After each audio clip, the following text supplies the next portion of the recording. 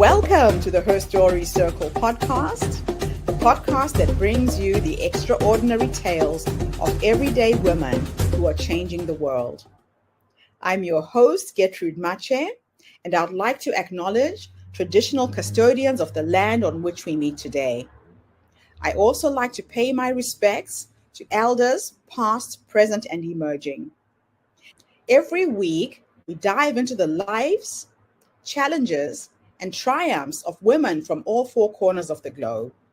We're here to inspire, enlighten, and connect, sharing stories that uplift and empower. So grab a cup of coffee, settle in, and join us as we explore the incredible journeys of women shaping our future. This is Her Story, where every woman's voice matters.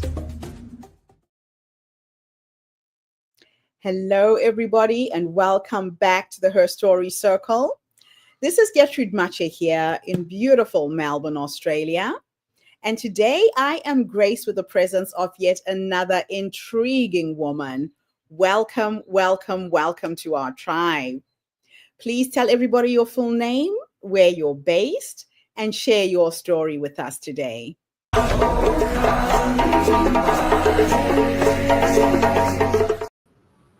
Hello, my name is Erika Biddix, and I am in Knoxville, Tennessee.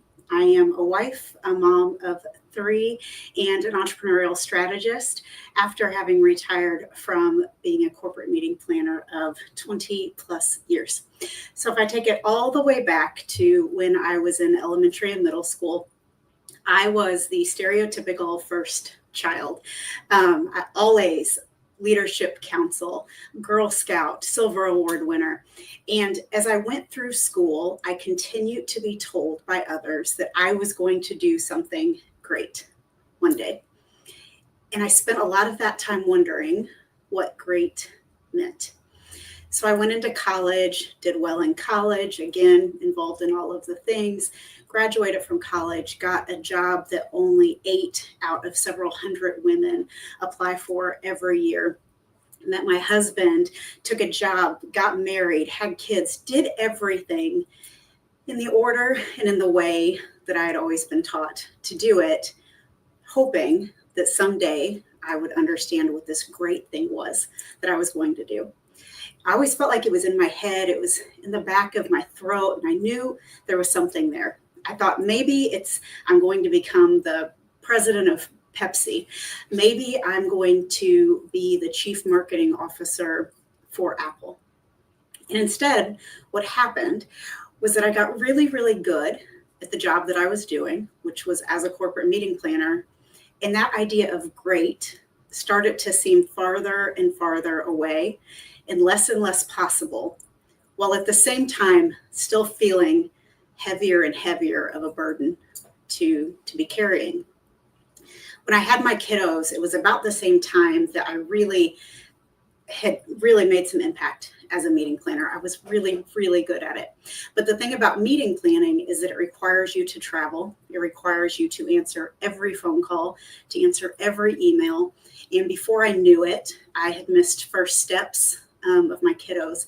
I worked through my grandfather's funeral. I missed my wedding anniversary 3 years in a row. And it wasn't until we took a quick sabbatical of about 6 months in Canada that I was able to step back, kind of survey the landscape, and realize that I was a hamster on a wheel that was just going to keep turning if I didn't do something to get off of it. I took that opportunity to step back and start my own agency, which I thought, of course, was going to be the best thing for everybody. Because who could possibly be a better boss to me than myself? And I was awesome. I was a really, really, really great boss until I got my first client. And suddenly all of the pressure and stress of being a meeting planner came right back to me. I, again, had to be on site when they needed me to. I needed to answer the phone every time they called. I needed to respond to emails, even if it was 4:00 in the morning and I had just gotten up to use the bathroom. I was 2 years down the road on being my own boss, and I was in the same boat I had been in. but this time I had built the boat myself. So I did what every entrepreneur thinks is a great idea, and I started a second company. It was a company meant to support female entrepreneurs. Starting that company was when I realized what my doing something great was going to be.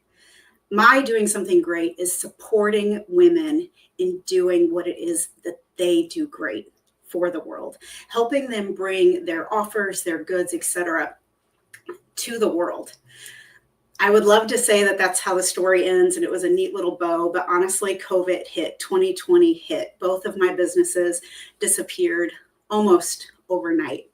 And by some stroke of what some would call luck, when we were back in business with the meeting planning agency, we hit a unicorn client and went from making $85,000 a year just to pay me to multiple seven figures almost overnight. Everyone around me cheered. I got high fives. I got awards.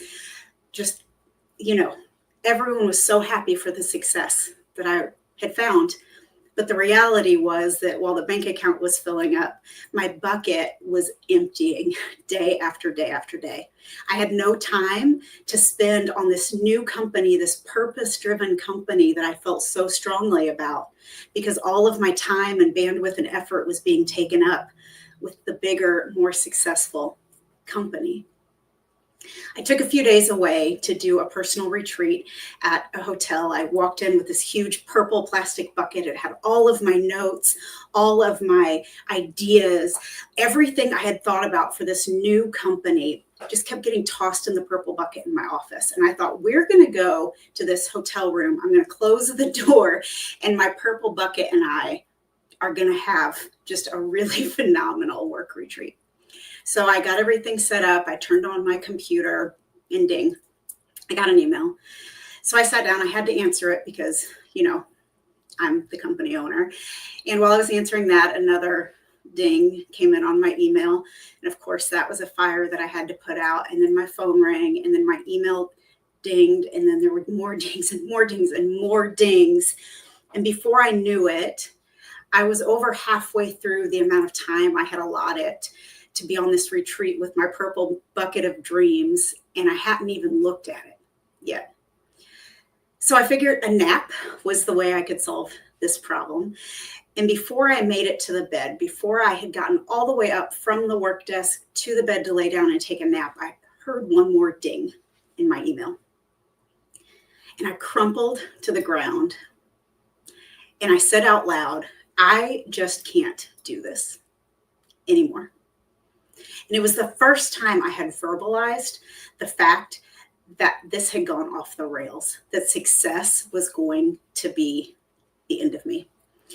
And in that moment, I felt a lot of fear because I had always been a meeting planner. That was how I introduced myself. That was how everyone knew me. I'm oftentimes called Mary Poppins because I always have an answer, or I always have what it is that you need.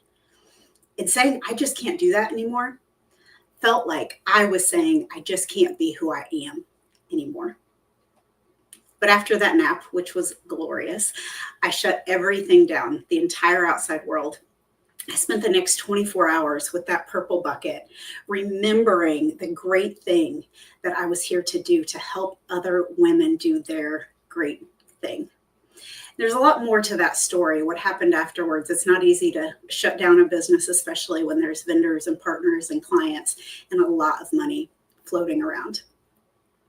But in doing that, I was able to recognize that, yes, there are a lot of problems that drove me to that with the way that corporate world is set up, the expectation we have of employees, but I also was implicit in it. I let it happen. I never set up boundaries. And if I had it to do all over again, going back to the day I launched that first company, I would have taken an extra 24 hours minimally and set up some boundaries. So we've done that in my second company. And I spend all of my days now working with female business owners, either in groups and one-on-one settings, virtually, in person, talking about not only the importance of boundaries, but what they are, how to set them up, how to tell other people about them, because if you don't have boundaries that you tell people about, they don't actually exist anywhere than other in your head. I feel very passionate about this. I feel like the word success has been defined for us, and we are the ones who should be doing the defining. And as I look back over my story and I see all those versions of myself, I know that this one standing here today is the one that's on the path to success that I want.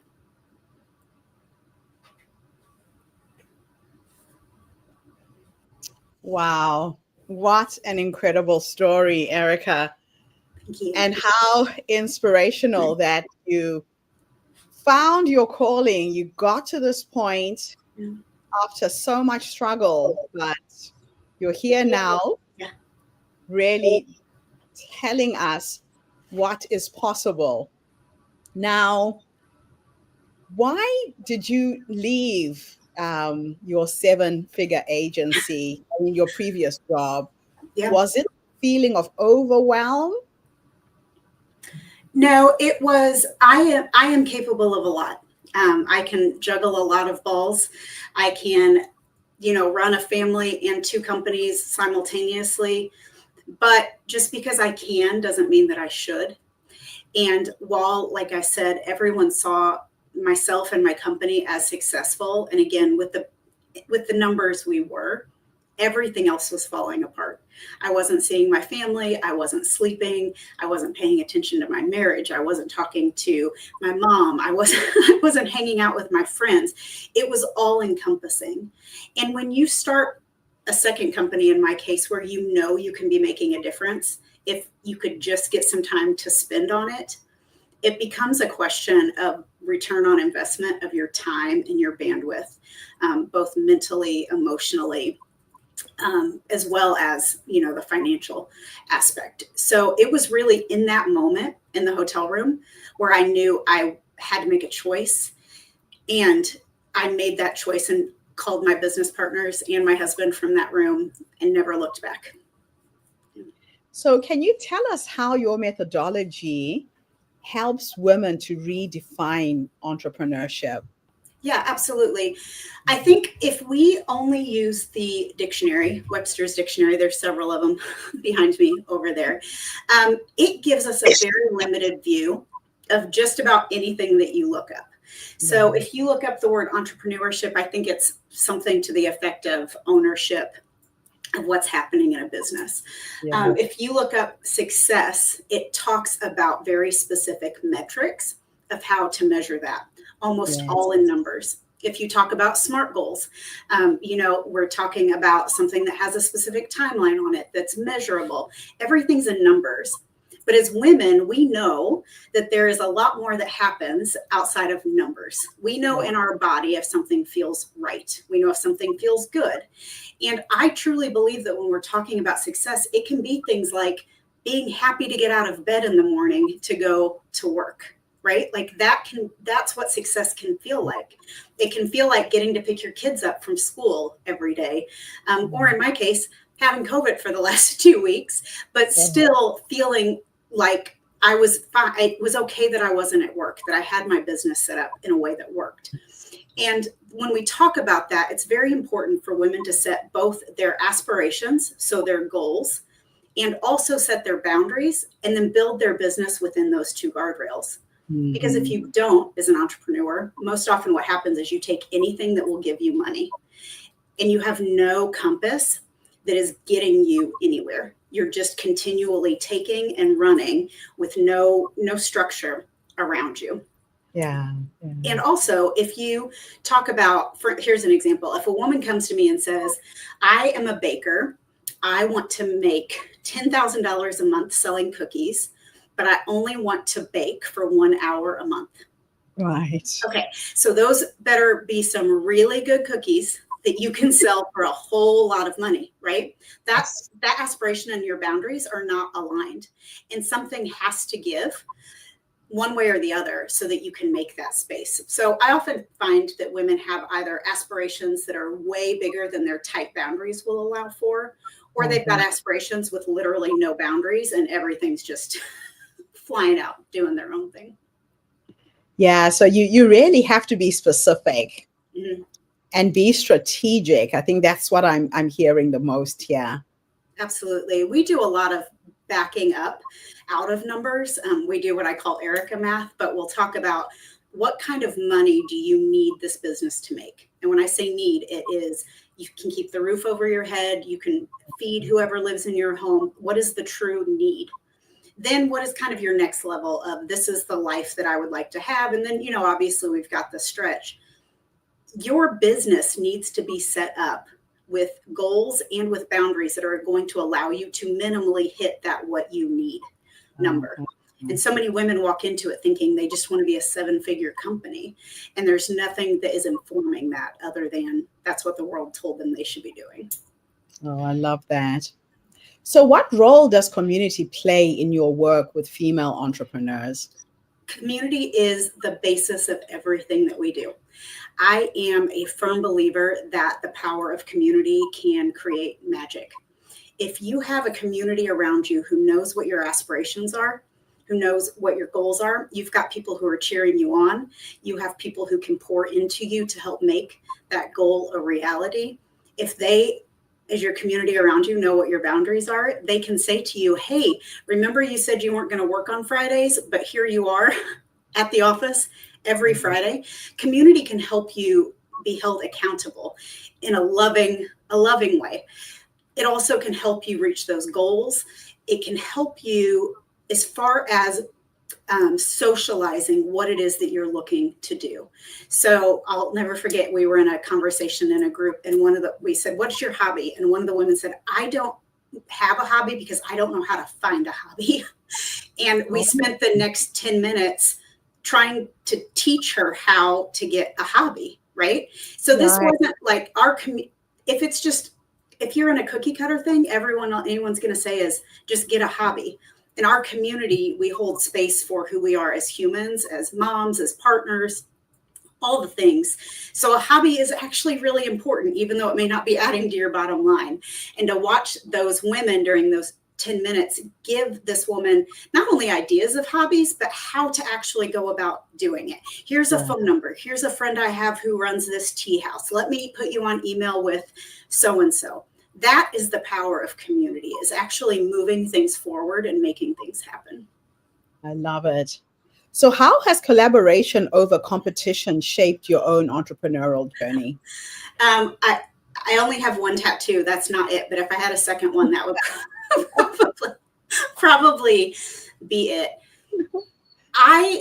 There is too much in this world for us to be fighting over what we perceive to be limited. I talk very fast. I have a certain energy about me. I'm not for everybody. But everybody who is a female founder needs some sort of sounding board, strategist, etc. So if they come to me and we're not a fit, why would I not send them on to somebody else? Because if I'm going to say out loud, I believe that women are capable of anything at all, and that they should put whatever it is they have out to the world and offer it up. I'm not putting a little asterisk that says only if you work with me. I should be supporting the idea across everything. So number one is because we can't serve everybody. So why not, share the wealth with others. And also collaboration over competition naturally creates community for you. So if you're a photographer and you have that mindset, you've naturally created community around yourself with others who are now members of your extended team, extended community, as opposed to being competitors from whom you cannot learn anything. Yeah. Oh, I love that. Yeah. There's enough to go around. You're so right. Yeah. So what's the biggest boundary that you had to set for yourself, and how did it change your life? So when I was traditionally employed as a meeting planner, it was expected that we responded to messages within 2 to 3 hours. It did not matter if it was the middle of the night, if it was the weekend. We used to joke the only way you could take time off was if you got married, went on a honeymoon, and it was international. That was the only way that you could actually be off your email. And I'm somebody who really only wanted to do that one time. So Right. I got that time right. So when I started my own agency, there's a lot of boundaries I did not set, but one boundary I did set was that I was answering emails only during my business hours.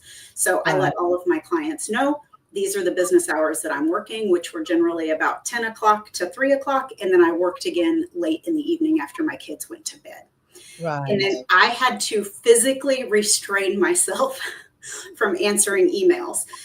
Again, like I said, when I got up in the middle of the night to use the ladies' room, I was used to checking my phone and replying to emails before I went back to bed. So that was a really big game changer for me, because a lot of my clients came with me. They came from my job where I was traditionally employed to become clients at my agency. And I was able to see that you can retrain your clients. They just need to know that you have boundaries. So I addressed it head on and said, I know there weren't any boundaries when I worked here, but here is what the new set of boundaries looks like. So I give myself a gold star for that one. Oh, I love it. I absolutely love it. So what do you think is the biggest lie that women are told about success? That it has to be money. I'm 100% that it has to be money. And the sad part to me about that is that entrepreneurship is not sustainable or viable right now without money.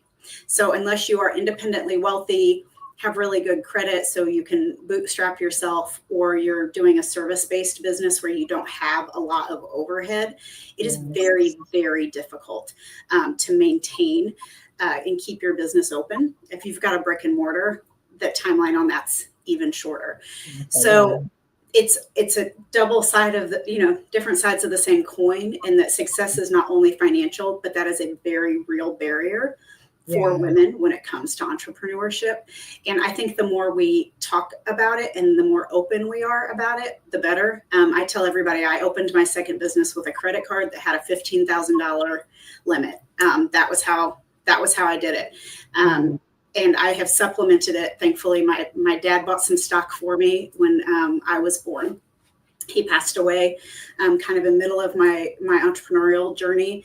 And I have used that stock over the years. It's not a large amount. It's a very, very small amount, but it's been enough to keep the doors open on the days that the doors needed to be kept open.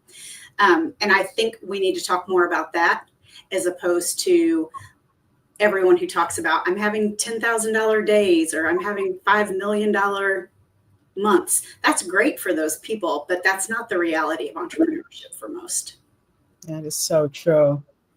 That is so true. So if a woman is feeling like she's on the verge of burnout, what's the first step that she should take? Rest. Rest is the first step that you should take. And by rest, I mean stepping away.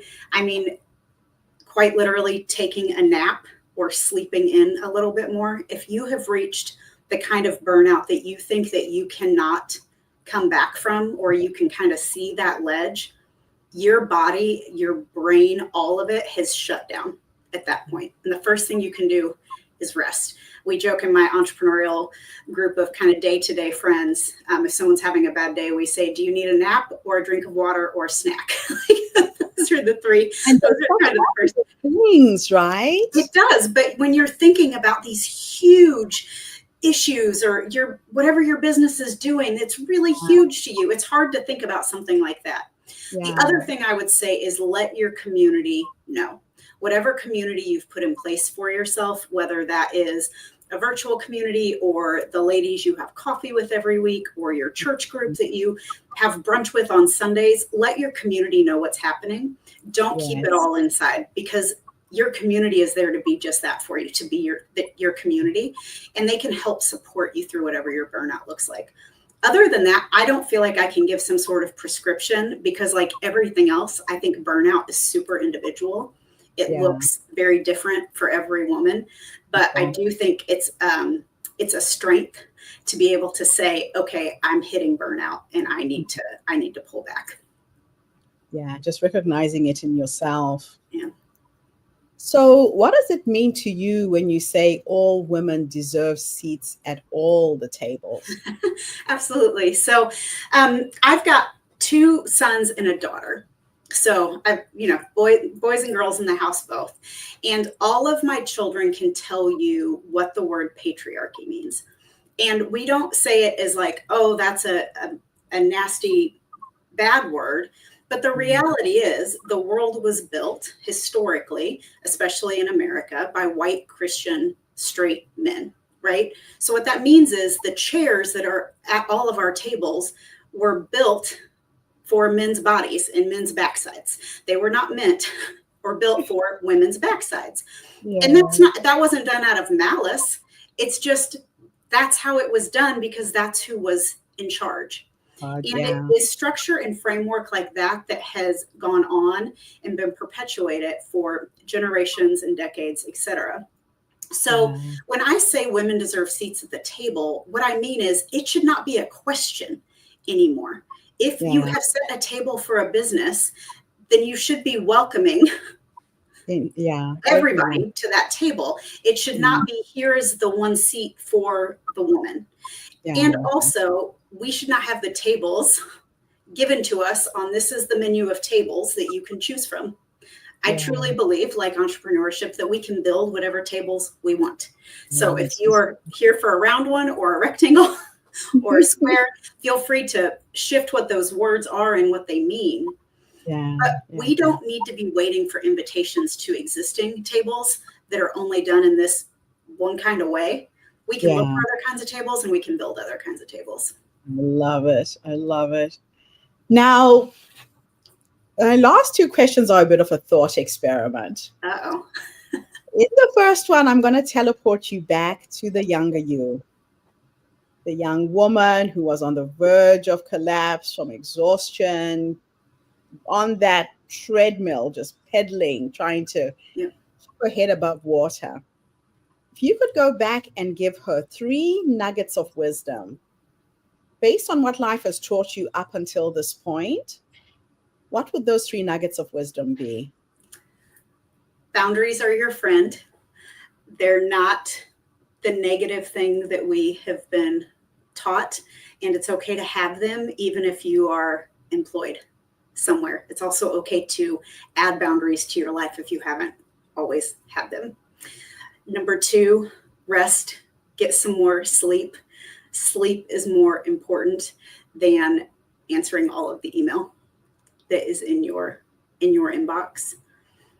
And number 3 would be that your success is not defined by others. I spent a lot of that time making my self-worth all about what my clients or what my bosses thought of me. And I don't want to question the fact that I wanted to do a good job. And I know I did a good job.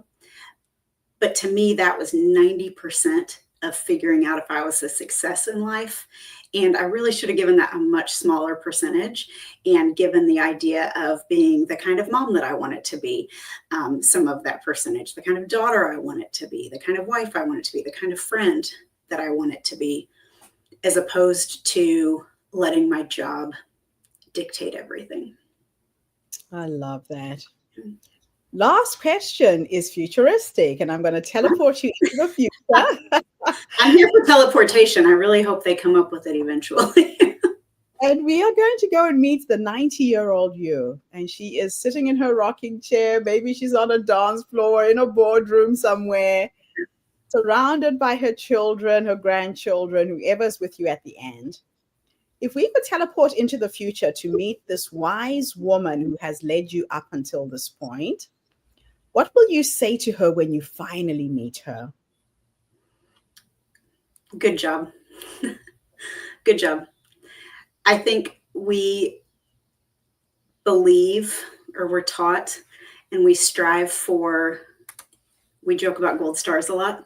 We strive for and we joke about, oh, gold star for that. And you get a gold star for doing this really, really, really big thing. When the reality is getting out of bed in the morning is worthy of a gold star. Filling your car up with gas before it runs out, that's worthy of a gold star. Raising kind humans as a mom is worthy of a gold star. Going on a date with your partner is worthy of a gold star. And I want to tell that woman who has lived and done whatever it is that she's done in those, I'm going to do some quick math, 43 years from now, that she has done a good job. Absolutely beautiful, and a beautiful way to end our interview. Thank you. Erika, thank you so much for coming online and sharing your story with our community today. My pleasure. Thank you for giving me the opportunity to do so. Best ways for people to find you. I've got your website at the bottom of the screen. How else can people engage and connect with you? Yes, so we have 2 different brands. You can find us at We Are Aught on all of the socials, AUGHT, and you can also find me under my name at Erika Biddix, also on all of the socials, also for a website. My website has a tab that says resources. There's lots of great freebies on there. There's blog posts, and I would love to connect with anybody either there or on LinkedIn, where you can also find me under Erika Biddix. Fantastic. Thank you so much, Erika. And before you leave, I just want to plug in so everybody can remember what our social impact project is for 2025. So Erika, every year we pick someone that we can support. It's normally one of the women in our community. This year we are supporting an incredible woman who is based in New South Wales, Australia. Her name is Bernice Williams, and Bernice and her husband, unfortunately, both have cancer. They have gone through several rounds of chemotherapy, radiation therapy, and are now at a point where the government is no longer sponsoring their healthcare. So Bernice has just managed to get a donor, a bone marrow donor for her leukemia. Just found out last week, and we're trying to raise $20,000 to help her and her family in terms of healthcare. So I'm asking everybody who is online and listening, please go online and donate whatever you can. It could be $5, $10. Every single cent will help for us to hit this target of $20,000 so that Bernice can get her treatment, come home, and be financially okay when she is recovering. So I just wanted to share that with everybody and to remind everyone that we are a social impact movement. This is our vision and our mission. It's how can we get together and contribute in whatever small ways we can. So Erika, I'm looking forward to reconnecting with you again and sharing you with the community during the online summit. Thank you so much for being here. Thank you. And being such a source of information for all entrepreneurs out there. Oh, thank you so much. And thank you for using your community to do things that are specifically impacting members of it. That's really fantastic. Thank you. Bye for now, everybody. I'll be back again tomorrow with yet another amazing guest. In the meantime, have a fantastic day, morning, or evening, wherever you are in the world, and bye for now. Thank you for tuning into the Her Story Circle podcast. I hope today's story has inspired you to believe in the power of our stories and the difference you can make in the world when you use your voice. I'm Gertrude Mache, and it's been an honor to share this space with you, where voices from all walks of life come together to weave a rich tapestry of diverse perspectives. Don't forget to subscribe, rate, and review our podcast to help us share these stories with more listeners. Follow us on social media by looking for the Her Story Circle podcast for more updates. And join us tomorrow for another episode filled with courage, resilience, and empowerment. Remember, your story matters, and together we're building a stronger, more inclusive world. Until next time, keep making her story. Are we still live?